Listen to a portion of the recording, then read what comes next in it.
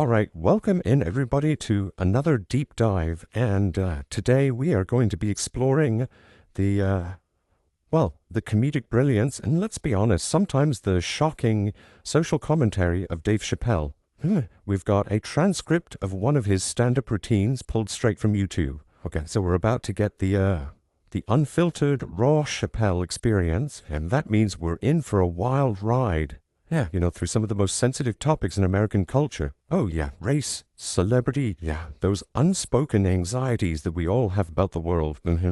Chappelle uses humor, yeah, often dark and edgy, but hold a mirror up to society. Okay, before we jump in, I think it's crucial to set some ground rules for ourselves here, okay? We are not here to put Chappelle on trial, or to say that he's got all the answers, right? Instead, I think of this deep dive as a chance to kind of decode the deeper messages embedded in his humor. Yeah, what are those societal undercurrents his jokes reveal? Exactly, yeah. As we go through this transcript, let's listen for those recurring themes, right? The social critiques that he kind of weaves into his bits. And think about how those connect to the bigger picture of American culture. Yeah, so Chappelle kicks things off with a story about smoking weed with Native Americans. Sounds like classic Chappelle, right? It does, and what's fascinating is that he uses this seemingly lighthearted anecdote to launch into a commentary on stereotypes. Oh, wow. He talks about being surprised they didn't offer him a place to sleep, right? Even though they had houses. Ooh, playing on that image of Native Americans living in teepees. Yeah, I caught that too. And then he jumps into those almost light-hearted stereotypes about food and race, right? Like fried chicken and watermelon for black people and corn for Native Americans. What is he getting at there? I think he's doing a few things at once. Okay. On one level, he's pointing out the absurdity of those stereotypes by exaggerating them, highlighting how ingrained they are in our culture, right? But there's the deeper layer here, where he talks about grape juice versus grape drink. Oh, where he says, black people don't often have the privilege of knowing about grape juice because they have grape drink, which doesn't have all the vitamins. Exactly. That had me cracking up. It's funny, yeah, but it also solely points to socioeconomic disparities. Like he's bringing up access and opportunity, right? The idea that even something as simple as a drink choice can reflect deeper inequalities in society. That's such a Chappelle move, yeah, packing a punch of social commentary into these seemingly simple observations, right? And then he shifts gears to another topic close to his heart, weed, right? He jokes about why he prefers smoking weed with white people instead of black people, and saying black people focus on trials and tribulations, right? While white people just reminisce about getting high. Yeah, I see what he's doing there, playing with those stereotypes about emotional expression in different communities. But it also feels like he's poking fun at the very idea that we even need different weed personas based on our race. I think that's a brilliant observation. Yeah, he's using humor to make us question those assumptions, right? Those cultural norms around how we're supposed to act when we're high. Yeah. Is he subtly commenting on the pressure to perform certain identities even in relaxed settings? And then we get that bit about the carrot. Yeah, you heard that right, a carrot. I was not expecting that. It's classic Chappelle absurdity. Oh yeah, he tells this story about a white friend sticking a carrot in another white friend's rear end as a prank, okay? And how that would absolutely not flower in the black community. Okay, on the surface, it's ridiculous and hilarious. It is. But I'm wondering, what's the deeper message here? Why does this land so differently across cultures? It's a brilliant, yeah, albeit shocking, way to highlight differing cultural norms and sensitivities. Yes, even within humor. He's making us question how our background, our upbringing, shapes what we find funny. Yeah, and what crosses the line. There are unspoken rules, even in comedy. That makes me think about how humor can be so subjective and how easily it can be misinterpreted or cause offense. Exactly. And then he throws us for another loop, bringing up Asians, police scanners, and alibis, seemingly random topics. They might seem random at first, yeah, but I think if we look closer, yeah, they're all connected to a theme of societal perceptions and anxieties. Okay, he's playing on those stereotypes about Asian people, anxieties about police brutality and surveillance within the black community, Ray, the need to constantly prove your innocence. Yeah, I'm starting to see that thread now, how he weaves these seemingly disparate topics together to make a bigger point. And he's not pulling any punches, is he? No, he's not. He uses exaggeration and sharp wit to make us laugh while simultaneously hitting us with these uncomfortable truths. Exactly. He's masterful at balancing that humor with social commentary. It's like he's using laughter to open a window into some very real anxieties many people experience. Right. Anxieties that are often ignored or brushed under the rug. And then he takes us to a place that's supposed to be all about fun and escapism, Disney World. But even there, he finds something to critique. He describes Disney World as overwhelming and surreal, especially their currency, Disney dollars. Yeah. And this is where we see him playing with the idea of simulated realities, or what Jean Baudrillard called simulacra. Simulacra, I'm intrigued. Tell me more about that. It's this concept that we create artificial constructs, or representations of things, that eventually become more real than the things they're supposed to represent. Okay. Chappelle's reaction to Disney dollars, this currency that only works in a manufactured environment, highlights how we create these bubbles of experience that are disconnected from the complexities of the real world. I love how he uses something as seemingly innocent as Disney dollars to make that point. And you're right, it does feel like he's suggesting there's this jarring disconnect between the fantasy world of Disney and the everyday struggles people face. He's making us question what's real and what's constructed. Yeah, and how we often buy into these manufactured experiences without questioning their deeper implications. Okay, so we've got stereotypes, socioeconomic disparities, anxieties about race and policing, simulated realities. Are you seeing a pattern here? I am. Chappelle is not afraid to tackle the big stuff. No, he's not. Even when it makes us uncomfortable. Absolutely. And this is just the beginning. How? He's about to take aim at some even bigger targets, and trust me, it's going to get even more thought-provoking. Ooh, can't wait. And speaking of uncomfortable truths, Chappelle doesn't shy away from critiquing one of America's most revered figures. George Washington. He dives right into the contradiction of celebrating a founding father who also owned slaves. You know, it's interesting because he doesn't just mention it in passing. He really digs into the hypocrisy. Yeah. Questioning the narratives we uphold about American history and who we choose to idolize. Exactly. And he connects this to a broader point about the consequences of dissent. Okay. He juxtaposes the story of George Washington with the backlash the Dixie Chicks faced for criticizing President Bush. Oh, I remember that controversy well. It's like they committed a cardinal sin in the eyes of many Americans. Yeah. And Chappelle brings up his own anxieties about speaking out, knowing the potential repercussions, especially as a black man in the public eye. He's highlighting this tension between freedom of speech and the fear of social and professional consequences. A phenomenon that legal scholars call chilling effects. Visual effects, okay? It's this idea that even the threat of backlash can lead to self-censorship, particularly among marginalized groups. Wow, chilling effects. That's a powerful way to frame it, and makes you realize how much courage it takes to challenge the status quo. Yeah, especially when you have so much to lose. And then he shifts gears again, this time poking fun at our obsession with celebrity culture.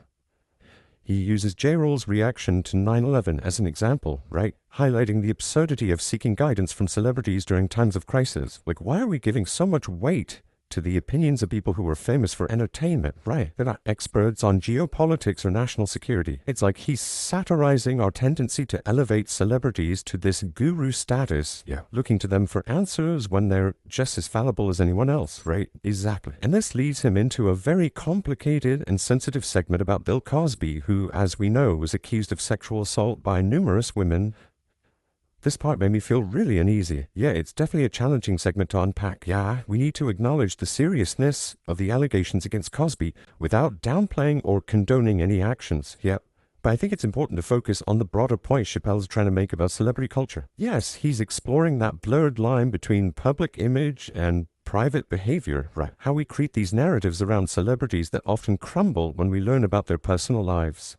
And he's asking us to question how we will respond to these revelations. Do we separate the art from the artist, right? How do we grapple with the complexities of fame and accountability? It's heavy stuff, and he doesn't let us off the hook. Then he goes into this bizarre observation about the 555 phone number trope. in movies, right? He's highlighting how we blur fiction and reality. And he only comes to something as simple as a phone number, right? And it's not just a random observation. Okay. He uses it as a springboard to talk about a much more serious topic. You mean his perception of black celebrities being targeted and arrested? It felt like he was expressing this genuine fear, this anxiety about being in the spotlight. He links it back to the O.J. Simpson trial and the way it captivated the nation, almost becoming a form of public entertainment. Is he suggesting that there's a double standard at play? Yeah. Or is he using satire to expose a perceived injustice? I'm not sure, but it definitely raises some important questions about the pressures of fame, particularly for black celebrities who are often under intense scrutiny. And then he dives headfirst into another incredibly sensitive topic, Michael Jackson and the allegations of child sexual abuse. This is another section that demands a nuanced approach. We're not here to endorse or dismiss the allegations against Jackson, but what we can do is analyze how Chappelle uses humor to navigate this incredibly difficult subject matter. Right, and I think it's important to remember that humor can be a coping mechanism, way to process trauma or difficult emotions, but it can also be a way to deflect or avoid accountability.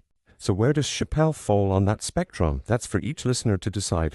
What we can say is that he's clearly using humor to challenge public perceptions, right? To question the media narrative surrounding Jackson, and to spark a conversation about the complexities of these kinds of allegations. It's like he's saying, don't just believe everything you hear. Think critically, ask questions, and don't rush to judgment.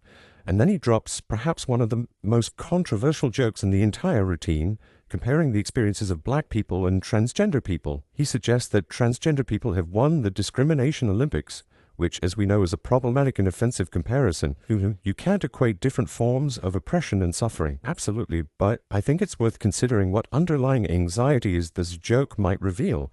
Could he be expressing a sense of competition within marginalized groups? Like who has it worse? Or perhaps he's critiquing the ways we measure and compare suffering, how we create these hierarchies of oppression. It's a provocative statement that raises a lot of questions about identity, discrimination, and social hierarchies. And just when you think he's pushed the boundaries as far as he can go, he brings up Donald Sterling, the former Los Angeles Clippers owner, who was recorded making racist remarks. He focuses on the role Sterling's black girlfriend played in exposing him, highlighting the shifting power dynamics in the digital age. Anyone can become a watchdog, and privacy is becoming increasingly elusive. It's like he's saying, Big Brother is watching, but with a comedic twist. And then he connects this to the pervasiveness of technology in our lives, right? Talking about Google and how our data is constantly being collected and analyzed. He's commenting on this sense of surveillance and the erosion of privacy in the digital age. It's something we all grapple with, whether we're celebrities or not. And then we get to the Louis C.K. situation, who admitted to sexual misconduct and faced significant career repercussions. This segment really struck a nerve with me. He compares the reactions to CK's actions with those of Cosby's, pointing out the different levels of public outrage and the speed at which CK's career imploded. And he criticizes the brittleness of some women in show business, which I found to be a very problematic statement. But I think he's trying to spark a conversation about accountability and the complexities of cancel culture. He's definitely playing devil's advocate here, yet pushing buttons and challenging conventional narratives about power, gender, and the consequences of wrongdoing. I found myself agreeing with some of his points while vehemently disagreeing with others. It's this kind of mental tug-of-war that makes Chappelle such a compelling and polarizing figure. He forces us to confront our own biases and assumptions, to grapple with uncomfortable truths, and to engage in difficult conversations. And he doesn't let up. He continues to push further. Talking about his early days as a comedian in Washington, D.C., he shares a story about a comedy club owner who banned profanity, sparking a debate among the comedians. One black comedian argued that he uses profanity because he lives a profane lifestyle. It's a powerful statement about the connection between language, lived experience, and how we express ourselves. It makes you think about how humor can be a reflection of the realities people face, and how language itself can be a form of resistance or a way to reclaim power. And he follows that up by celebrating his favorite American comedic composers, comparing them to musicians who use laughter as their instrument. He elevates comedy to an art form acknowledging the skill and craft involved in making people laugh. He does. It's a beautiful analogy, and he even shares clips of some iconic comedians on race, society, and the human condition. It's a reminder that comedy can be both entertaining and thought-provoking. Yeah, capable of challenging norms and sparking important conversations. Right. He then transitions to a bit about football, making a sharp observation. It's the only sport where a black man can chase a white man and 40,000 people will cheer. He's tapping into the complexities of race and entertainment, how even in a seemingly unifying activity like sports, racial dynamics are still at play. And he does it with such a simple yet profound statement. You can't help but laugh, but you're also left thinking, wow, he's got a point. They tackles the Santa Claus concept. He points out the lack of representation and the inherent whiteness of certain cultural icons, noting how black kids in his neighborhood have a dubious reaction to the whole Santa Claus thing. It's funny, but it also highlights the importance of representation and how children from different backgrounds relate to cultural figures. And then he contrasts that with the diversity within the black community, celebrating the different shades and backgrounds that exist within a single racial category.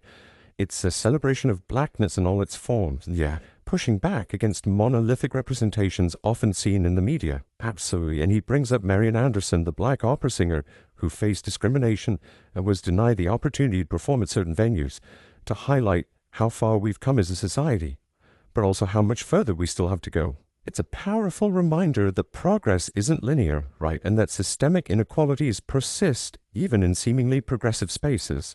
Then he unexpectedly shifts gears again, talking about the challenges and fears women face, particularly when it comes to personal safety. He recounts a story about carrying a large sum of money and feeling terrified, and then imagines what it would be like to carry that fear constantly, as many women do, because of the threat of violence. It's a moment of empathy and vulnerability, as he acknowledges the unique challenges women navigate in a world that can often feel unsafe.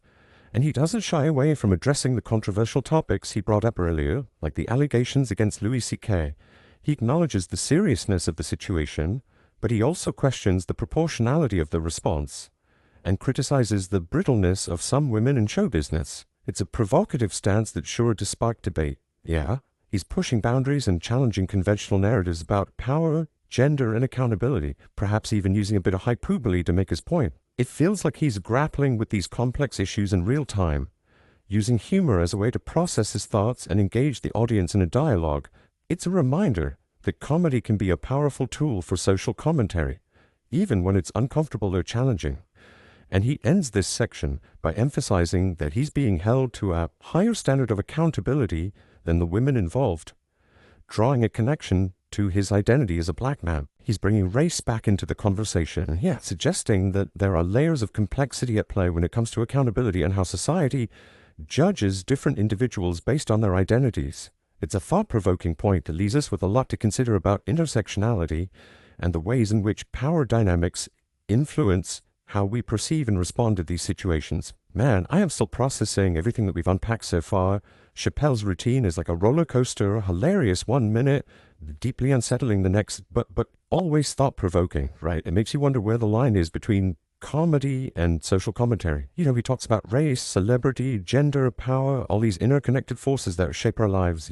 But he never tells you what to think. Instead, he throws these ideas out there and lets you grapple with them. Which can be a really challenging experience for the audience. Absolutely. He's not giving us easy answers. He's raising questions. Poking at those sensitive spots. Forcing us to confront our own biases and assumptions. It's almost like he's saying, wake up, people, pay attention to what's really going on. And he does it all while making us laugh, which is a remarkable feat. It is a delicate balance, for sure, and I think that's why his comedy resonates with so many people. He's speaking to something deep within us, those unspoken anxieties we all have about the world. Something that keeps coming back to me is that phrase he uses throughout the routine, "You didn't let me finish, motherfuckers." On the surface, it's just a funny way to interrupt himself and build anticipation, but I can't help but think there's a deeper meaning there. I think you're onto something. It could be interpreted as a subtle commentary on how marginalized voices are often silenced or interrupted. He's demanding to be heard, reclaiming his space, and refusing to be censored, right? And it makes me think about how often marginalized communities are told to tone it down, to be more palatable, to fit into a certain mold, right? Chappelle is rejecting all of that. He's saying, I'm going to speak my truth even if it makes you uncomfortable. And that's a powerful message, especially in a society that often tries to control or sanitize the narratives of those who challenge the status quo. So, as we wrap up this deep dive, I'm wondering what you think are the key takeaways from Chappelle's routine. What should we, the listeners, be taking away from this experience? Well, I think the biggest takeaway is that we should all be more critical thinkers. Don't just accept things at face value. Look, question everything, especially the narratives that are presented to us by those in power. And be willing to engage with uncomfortable ideas. Yes, it's okay to be challenged, to feel a little bit unsettled. That's often where the most growth happens. Absolutely. Yeah, Chappelle's comedy is a reminder that humor can be a powerful tool for social commentary, for sparking important conversations, and for pushing us outside of our comfort zones. It's not always easy to listen to. It's not. But it's definitely worth grappling with. Yeah. And remember, it's not about agreeing or disagreeing with everything Chappelle says.